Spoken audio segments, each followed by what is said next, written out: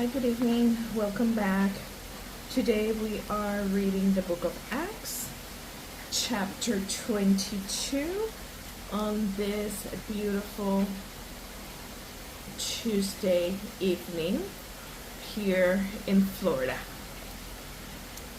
Brothers and esteemed fathers, Paul said, listen to me as I offer my defense. When they heard him speaking in their own language, the silence was even greater.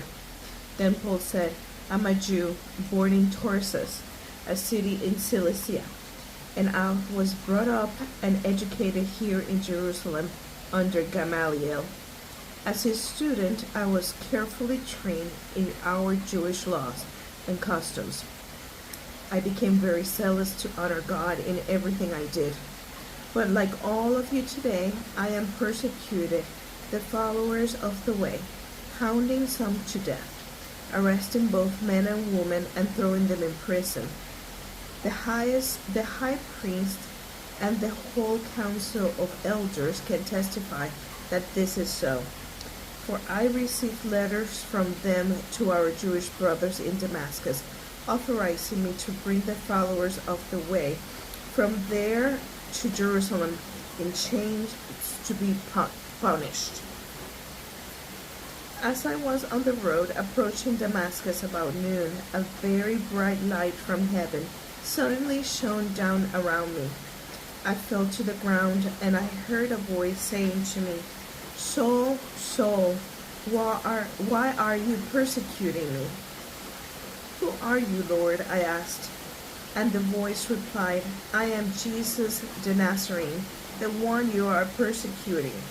The people with me saw the light but didn't understand the voice speaking to me. I asked, what should I do, Lord?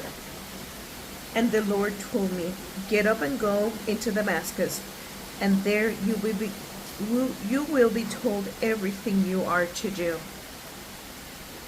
I was blinded by the intense light, and had to be held by the hand to Damascus by my companions. A man named Ananias lived there. He was a godly man, deeply devoted to the law, and well regarded by the Jews of Damascus. He came and stood beside me and said, Brother Saul, regain your sight. And that very moment I could see him. Then he told me, the God of our ancestor has chosen you to know his will and to see the righteous one and hear him speak. For you are to be his witness, telling everyone that you have seen and heard. What are you waiting for? Get up and be baptized. Have your sins washed away by calling on the name of the Lord. After I returned to Jerusalem, I was praying in the temple and fell into a trance. I saw a vision of Jesus saying to me, hurry, I leave Jerusalem, for the people here won't accept your testimony about me. But Lord, I argued, they certainly know that in every synagogue I am in prison and beat those who believed in you. And I was in complete agreement when you witnessed Stephen was killed. I stood by and kept the clothes they took off when they stoned him. But the Lord said to me, go, for I will send you far away from the Gentiles. Go, for I will send you far away to the Gentiles. The crowd listened until Paul said that word. Then they began to shout, away with such a fellow.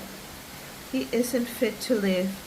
They yelled, threw off their coats, and tossed handfuls of dust into the air.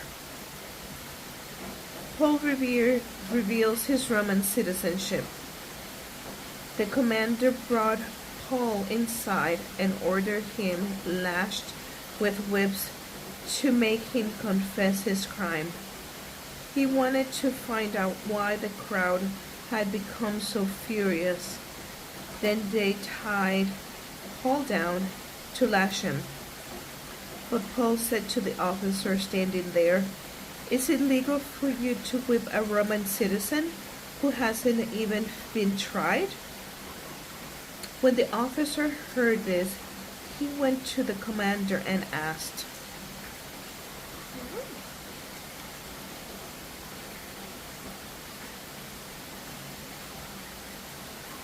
"What are you doing? This man is a Roman citizen." So the commander went over and asked Paul, "Tell me, are you a Roman citizen?" "Yes, I am, certainly am," Paul replied. "I am too," the commander muttered, "and it cost me plenty." Paul answered, "Well, I am a citizen by birth." The soldiers who were about to interrogate Paul quickly withdrew when they heard he was a Roman citizen, and the commander was frightened because he had ordered him bound and whipped. Paul before the high council. The next day the commander ordered the leading priest into session with the Jewish high council.